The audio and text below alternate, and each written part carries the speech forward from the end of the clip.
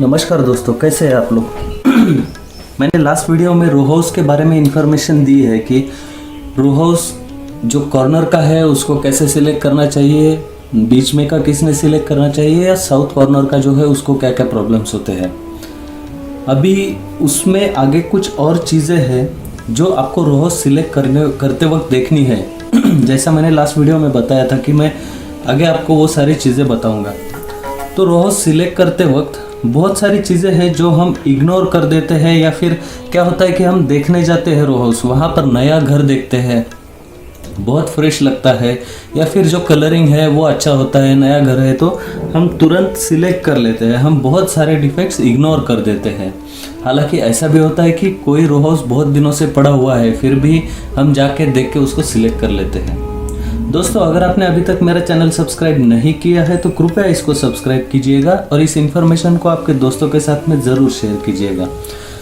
तो आज हम देखेंगे सेम पैटर्न, जैसे कि ये है रो हाउस 1, 2, 3। ये सामने रोड है और इसके एग्जैक्ट सामने कुछ और रो हाउस है। तो समझो ये है 4, 5 और 6। अभी आपको रो हाउस सिलेक्ट करना है कि आपको रो हाउस कौन सा परचेस करना है। रो हाउस में दो अलग अलग टाइप होते हैं। एक, इसमें सभी रो हाउस को एक कॉमन कंपाउंड वॉल होता है और बाकी अंदर कंपाउंड वॉल नहीं होता है, सभी कॉमन ही होते हैं। और कुछ इसमें ऐसा होता है कि हर एक रो हाउस को सेपरेट गेट होता है और सोसाइटी का अलग से होता है। यहाँ पर हम दोनों सिनेरियो देख लेंगे। पहले हम देखते हैं, अभी ये रो हाउस नंबर 1 है।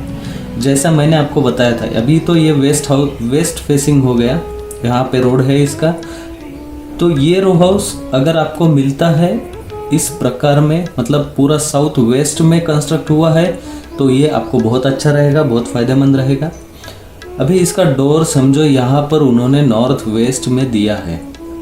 हम ये मेन डोर की बात करेंगे अभी के लिए, जो घर का मेन डोर है, ना कि मेन गेट। तो समझो यहाँ पर घर है, यहाँ पे घर का मेन डोर है और यहाँ पर डायरेक्टली रोड है सामने, और इधर दूसरा रो हाउस है। और इस रो हाउस को भी समझो उन्होंने जो मेन डोर दिया है वो भी एग्जैक्टली इधर है, यानी कि ये दोनों मेन डोर एक दूसरे के सामने आ गए हैं। इसको भी एक दोष माना जाता है। द्वार के सामने द्वार नहीं होना चाहिए, द्वार के सामने इलेक्ट्रिक पोल नहीं होना चाहिए, द्वार के सामने बड़ा पेड़ नहीं होना चाहिए, द्वार के सामने बड़ा गड्ढा नहीं होना चाहिए, और भी बहुत सारी चीज़ें हैं जो कि दरवाजे के एग्जैक्टली सामने होने से जो घर में एनर्जी आती है उसको प्रॉब्लम्स क्रिएट होते हैं। इसलिए दरवाजे के सामने अगर दरवाज़ा आता है तो उसको द्वारवेद कहते हैं। ये एक दोष है। इस दोष की वजह से घर में एनर्जी आने में प्रॉब्लम होता है। इसलिए ऐसा रो हाउस आपको सिलेक्ट नहीं करना है। अगर ऐसा रो हाउस आपने सिलेक्ट किया है, आप वहाँ पर रहते हैं, तो ऐसे रो हाउस के लिए कुछ रेमेडीज़ है जो कि हम मेन डोर के लिए यूज़ कर सकते हैं। या फिर समझो यहाँ पर डोर है और यहाँ पर इलेक्ट्रिक पोल है, या फिर आपके मेन गेट के सामने भी अगर इलेक्ट्रिक पोल है, आपका main gate, just for example ये आपका कंपाउंड वॉल है और यहाँ पर मेन गेट है और यहाँ पे इलेक्ट्रिक पोल है, तो भी ये द्वारवेद बनता है। इसको कैसे करेक्ट करते हैं इसको मैं इसलिए इस वीडियो में नहीं बता रहा हूँ क्योंकि उसके लिए पहले आपके घर का प्लान देखना जरूरी है कि आपको रेमेडीज करने से पहले आपके वास्तु में ऑलरेडी निगेटिव एनर्जी कितनी है और मुझे उसमें कितना रेमेडीज लगाना पड़ेगा, ये मुझे पहले देखना पड़ेगा। इसलिए मैं रेमेडीज डायरेक्टली यहाँ पर नहीं बता रहा हूँ। अदरवाइज लोग कमेंट में पूछते हैं कि सर आपने रेमेडीज नहीं बताए। रेमेडीज है, आपको रेमेडीज मैं बता दूंगा, लेकिन पहले आपका वास्तु प्लान देखना जरूरी होता है। तो आपका द्वार के सामने द्वार है तो ऐसा रो हाउस आप मत सिलेक्ट कीजिए, इसको द्वार वेद कहा जाता है। इसके बाद में अभी ये द्वार वेद का तो हो गया, लेकिन बहुत बार ऐसा होता है कि ये रो हाउस जो होते हैं, रो हाउस जब बनता है, अभी जैसा मैंने कहा कि इधर ये रो हाउस है बीच में का और इधर ये बीच में का रो हाउस है, तो ये रो हाउस को बनाते वक्त बिल्डर क्या करता है कि इनका वाटर टैंक अंडरग्राउंड और आपका वाटर टैंक वो एक दूसरे को जोड़ देते हैं। मतलब बीच में एक छोटी सी दीवार होती है, लेकिन ये मोस्टली जैसे कि कंबाइन ही है, जो साइड वॉल है वो एज कंबाइन ही वो बना देते हैं। तो आपको ऐसे नहीं करने देना है। आप खुद देखिए, क्योंकि आपका है ये वाटर टैंक, तो आप आपके प्लॉट के नॉर्थ ईस्ट में लीजिए। बिल्डर लोग ये जो है इसको जोड़ देते हैं, दोनों का मिला के एक, दोनों का मिला के एक। ये उनको फाइनेंशियली बहुत इजी जाता है कि एक ही गड्ढा मारो और दोनों मार दो उधर के उधर वाटर टैंक। तो वैसा नहीं करने देना है। आपका वाटर टैंक आपको नॉर्थ ईस्ट में लेना है। आपका भले ही वेस्ट फेसिंग रो हाउस होने दो, आपको नॉर्थ ईस्ट में ही आपका वाटर लेना है। अगर नॉर्थ ईस्ट एग्जैक्ट पॉसिबल नहीं है तो नॉर्थ साइड में, बट इसके अलावा आप अवॉइड कीजिए किधर भी अंडरग्राउंड वाटर टैंक लेना। तो मेरा कहना मेनली ये है कि अगर ये कंबाइन वाटर टैंक बना रहे हैं तो ऐसा मत करने दीजिए, उसको आप ध्यान दीजिए। सेकंड, सेप्टिक टैंक, उसका भी ऐसे ही प्रॉब्लम होता है। वो दोनों घरों में मिलाकर ऐसा इधर और इधर एक ही गड्ढा मार के फिर उधर बना देते हैं। तो इसमें प्रॉब्लम ये होता है कि इस घर के साउथ वेस्ट में आता है जो कि बहुत बड़ा डिफेक्ट हो गया, और इस घर के नॉर्थ वेस्ट में आता है जो कि उनको ओके है, इनको इसका प्रॉब्लम नहीं आएगा। बट ये जो आपके बॉर्डर के अंदर वाला है आपका सेप्टिक टैंक, ये आपको प्रॉब्लम क्रिएट करने वाला है। इसलिए यहाँ पर आप ना वॉशिंग प्लेस बनाइए ना फिर ये सेप्टिक टैंक, ये आपको ध्यान में रखना है। ये जो कॉमन वाली चीज़ें हैं, जैसा मैंने बताया अंडरग्राउंड वाटर टैंक है, सेप्टिक टैंक है, ऐसी जो चीज़ें हैं, ये घर बनाते वक्त आपको खुद ध्यान देकर वहाँ पर देखना है कि ये चीज़ें वो कैसे बना रहा है बिल्डर। आप उनको बता सकते हो कि ये जो है ये आपको यहाँ पर नहीं चाहिए, आपको यहाँ पर। इसके लिए कुछ बड़ा स्ट्रक्चरल चेंज नहीं होता है। तो ये चीज़ें आपको ध्यान में रखनी है। अभी हो गया अंडरग्राउंड वाटर टैंक, द्वार वेद, ये दो इश्यूज हो गए। बाद में जो मैंने बताया था कि साउथ जो होती है, तो साउथ में जो रो हाउस आएगा तो उसको आपको कौन सी डायरेक्शन एम्प्टी है या फिर कैसा वाला रो हाउस आपको लेना है, ये तो मैंने बताया। यानी कि ईस्ट आपको ओपन चाहिए, यहाँ पर ईस्ट ओपन लीजिए, क्योंकि साउथ ऑलरेडी है, ये बड़ा डिफेक्ट है, तो आप ईस्ट ओपन लीजिए। साउथ में आप या तो ग्राउंड लेवल ऊपर कर लीजिए और कुछ पार्किंग जैसा रूफ उसको बना लीजिए।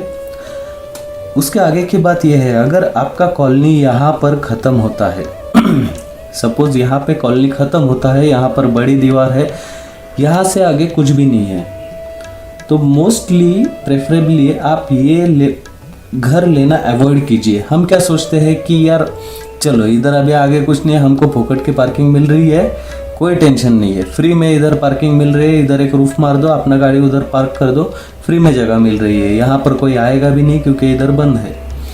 लेकिन जहाँ पर एनर्जीज रुक गए, किधर भी हो, यहाँ पर हो या फिर ये साइड बंद हो, इधर से ओपन हो, अगर इधर भी बंद है तो वो आपको लेना नहीं है, क्योंकि ये जो एंड वाले होते हैं यहाँ पे एनर्जी फ्लो नहीं होता है, यहाँ पर एनर्जीज रुक जाती है। इसलिए ये जो घर है आपको लेते वक्त आप देखने जाओगे, आपको फ्रेश लगेगा, नया घर रहता है, आप बोलोगे यार बहुत अच्छा है। लेकिन जब आप रहने जाओगे तो आपको एक एक प्रॉब्लम आप फेस करना चालू करोगे। इसलिए आपको ध्यान में रखना है कि ये गलती आपको नहीं करना है, ऐसा वाला रो हाउस नहीं लेना है। अगर आप लेते हो तो स्ट्रिक्टली आपको जो प्लॉट के स्लोप्स वगैरह बाकी सब चीज़ें हैं वो आपको बहुत स्ट्रिक्टली फॉलो करने पड़ेंगे, और यहाँ पर कुछ ओपनिंग्स करने पड़ेंगे जो क्लोज वाली बाजू रहेगी, क्योंकि एनर्जी फ्लो रहेगा ही नहीं, उसको बहुत हेवी रेमेडीज करने पड़ेंगे। इसलिए आपको अवॉइड करना है द्वार वेद वाला, जिसमें कॉमन वाटर टैंक या सेप्टिक टैंक है। जो एंड वाले रो हाउस है जहाँ पर एनर्जीज रुक रही है, वो वाले रो हाउस आपको अवॉइड करना है। तो ये कुछ चीज़ें हैं जो रो हाउस में आपको अवॉइड करनी है। आपको वेंटिलेशन का जो मेरा दूसरा वीडियो है उसमें आप देख सकते हो, वेंटिलेशन या घर के बाहर जो पानी जा रहा है वो किस दिशा में घर के बाहर छोड़ना चाहिए, ये सभी चीज़ें मैंने दूसरे वीडियो में बताया है। आजकल रो हाउस में ये कॉमन है कि ये बीच में जो आते हैं, अभी मैंने यहाँ पर 3 ही दिखाया है, समझो 9 रो हाउस है, तो फर्स्ट और 9th इन दोनों को कॉर्नर मिलेगा, और बीच में के जो है सभी को दोनों साइड ब्लॉक मिलेंगे। अब दोनों साइड ब्लॉक रहना, साउथ ब्लॉक है तो ओके, लेकिन नॉर्थ अगर सभी को ब्लॉक मिल रहा है तो वो प्रॉब्लम क्रिएट करेगा। इसलिए आपका अपॉर्चुनिटीज़ का जोन वहाँ पर ब्लॉक रहेगा, वो आपको धीरे धीरे उसके इम्पैक्ट देता जाएगा। इसलिए ये कुछ चीज़ें हैं जो मैंने इन दोनों वीडियोज़ में आपको बताया है कि रो हाउस सिलेक्ट करते वक्त आपको क्या क्या देखना है। तो आप लोग ये चीज़ें रो हाउस में देखिए। और एक चीज़ मैं बताऊंगा कि पार्किंग जो होती है, बहुत बार ऐसा होता है कि पार्किंग हम देखते हैं अभी ये वेस्ट फेसिंग है तो बिल्डर यहाँ पे पार्किंग दे देते हैं मेन गेट करके, तो फिर से ये साउथ वेस्ट कट जाता है पार्किंग की वजह से।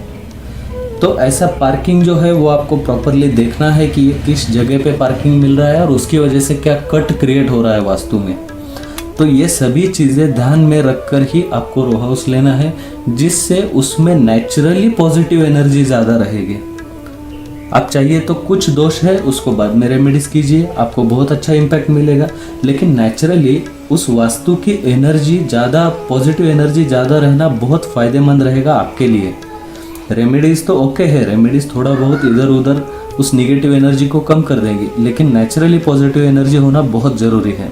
तो ये चीज़ें आप ध्यान में रखिए, इससे आपको बहुत अच्छा फ़ायदा मिलेगा। दोस्तों, अगर आपने अभी तक मेरा चैनल सब्सक्राइब नहीं किया है तो कृपया इसको सब्सक्राइब कीजिएगा। इस इन्फॉर्मेशन को वीडियो के नीचे जो शेयर बटन है उसको प्रेस करके आपके दोस्तों के साथ में ज़रूर शेयर कीजिएगा। मेरे चैनल में वास्तु का एक प्लेलिस्ट है, उसको ज़रूर गो थ्रू कीजिए। आपको बहुत अच्छे और आपके काम के वीडियोज़ आपको उसमें मिलेंगे। इस वीडियो को देखने के लिए धन्यवाद।